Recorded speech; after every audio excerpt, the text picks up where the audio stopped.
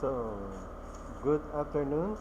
Welcome to our daily postil. So, what we're going to talk about is Christ-centered life. And I think that is very important. When are we going to have a Christ-centered life? So, basically, as a Christians, as a believer, as a follower, we need to have a Christian Christ-centered life. And then how our Christian-centered life begins. So of course it begins first and foremost, we need first to acknowledge that we are sinners.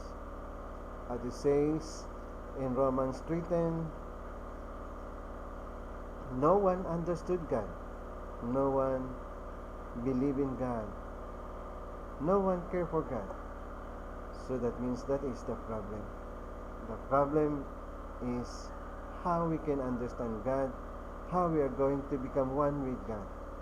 So that means in order to have that Christian life, that Christ-centered life, first and foremost we need to acknowledge that we are sinners. Then after examining ourselves that we are sinners, so that means what our next thing to do is to repent for our sins, and then to acknowledge that we are sinful, and then after repenting, then we need to know where we can put our trust. To whom are we going to put our trust? Because it is very important that we need to know where are we going to put our trust. It says in chapter 4 verse 16 in John chapter verse 16, it says, I am the way, the truth, and the life. No one comes to the Father except through me. So that means in that sense that we need to acknowledge that there is Christ, that we need to center ourselves to Christ. The best and possible way to begin our life of faith, the best and possible way to begin a Christ-centered life is to become one with Christ.